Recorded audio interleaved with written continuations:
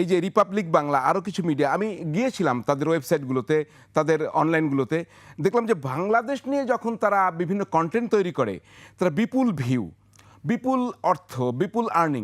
শুধু কি ভিউ মনে হয়? আপনাদের ফ্যাক্ট চেকিংয়ে কী মনে হয়? যেটা অর্ক অলরেডি বলল, ওদের ইলেকশনের একটা বিষয় রয়েছে, আবার তাদের তাদের ভাষায় কলোনি হারানোর বিষয় রয়েছে। এটি কি শুধু রিপাবলিক, না গোষ্ঠীবদ্ধ তৎপরতা? আপনাদের কাছে পরিসংখ্যান কি বলে?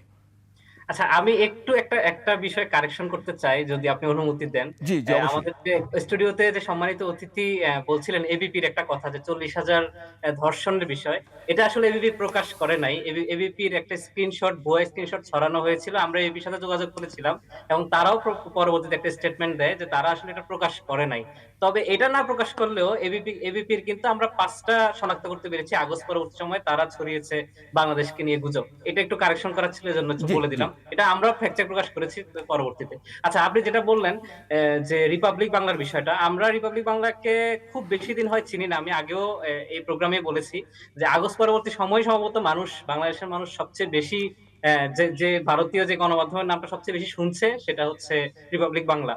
তো আমরা এটা নিয়ে প্রায় অ্যানালাইসিস করি, দেখি যে নিয়মিত আমাদের মনিটর করতে হয় যে ওদের ইউটিউব চ্যানেলে দেখবেন যে সবচেয়ে ভিউ হওয়া যে কন্টেন্ট গুলো আছে তার ভিতরে সব মানে বেশিরভাগই হচ্ছে বাংলাদেশ বিষয়ক বা বাংলাদেশ প্রসঙ্গে ভিডিও গুলো। তো এটা আমাদের মনে হয় যে তারা আসলে বাংলাদেশকে পুঁজি করে হচ্ছে ভিউটা, যেটা একটা অবশ্যই বিষয়, একটা ইনকামের সোর্স। তো এটা যেহেতু তারা পাচ্ছে, তো সেজন্য ওরা আরো বেশি এটা তারা ইনভলভ হওয়ার চেষ্টা করছে সারাদিন। আমার মনে হয় যে সারাদিন হচ্ছে প্রায় 80% হচ্ছে সম্ভবত বাংলাদেশকে নিয়ে তারা হচ্ছে পড়ে থাকে। তো এই বিষয়গুলোতে আমরা আমরা ফ্যাক্ট চেকাররাও চেষ্টা করছি তাদেরকে মানে গুজবগুলা ভেরিফাই করে তাদেরকে থামানোর জন্য। তাদের যে ময়ূক রঞ্জন, তারও ফেসবুক পেজে অনেকগুলো পোস্ট মানে গুজবের রেড দেওয়া হয়েছে, বাংলাদেশ ফ্যাক্ট চেকাররাই ফ্ল্যাগ দিয়েছেন।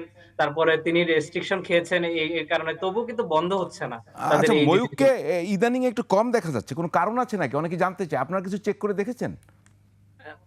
তার উপস্থিতি কম যেহেতু উনি একটা উনি যেহেতু প্রধান রিপাবলিকের, তো উনি একলাই মানে পুরোটা সামলান এই বিষয়গুলো, তো এই জন্য হয়তো কম দেখা যেতে পারে। আরেকটা মজার বিষয় হচ্ছে যে তাকে প্রায় হচ্ছে রিমেম্বারিং করে দেয়, মানে মৃত দেখানো হয় আইডিতে, মানে মানুষ রিপোর্ট করে করে করে তাকে হচ্ছে মৃত বানিয়ে দেয়। পরে হচ্ছে তিনি জি। আবার হচ্ছে এটাকে ফিরিয়ে আনেন। এটা খুবই একটা আসলে মানে মজার একটা বিষয় আসলে। এটা কি প্রতিবাদ? বাংলাদেশিরা হচ্ছে এটা আসলে কি মজা মানুষের পাচ্ছে প্রতিবাদ? আরকি। তাকে রিমেম্বারিং করা, তাকে মৃত দেখানো, এটা কি প্রতিবাদ? যদি একটু বলতেন। হ্যাঁ, এটা আসলে আমরা মনে করি এটা প্রতিবাদেরই অংশ। বাংলাদেশী বলেন বা যারা সচেতন নাগরিক, আমি মনে করি ভারতীয় নাগরিকরাও সম্ভবত মানে হচ্ছে বিব্রত এবং বিরক্তিও তারা প্রকাশ করে। আমি ভারতীয় অনেক ফ্যাক্ট চেকারের সাথে আমাদের যোগাযোগ আছে। তারা নিজেরাও এটা বলেন যে রিপাবলিকের যে কাজগুলো তারা করে, আমি নিশ্চিত যে অর্কদা এখানে আছেন, উনিও এটার সাথে একমত হবেন যে এটা আসলে একটা আসলে বিব্রতকর বিষয় যে একটা ভিন্ন একটা দেশকে নিয়ে সারাদিন গসিপ করা,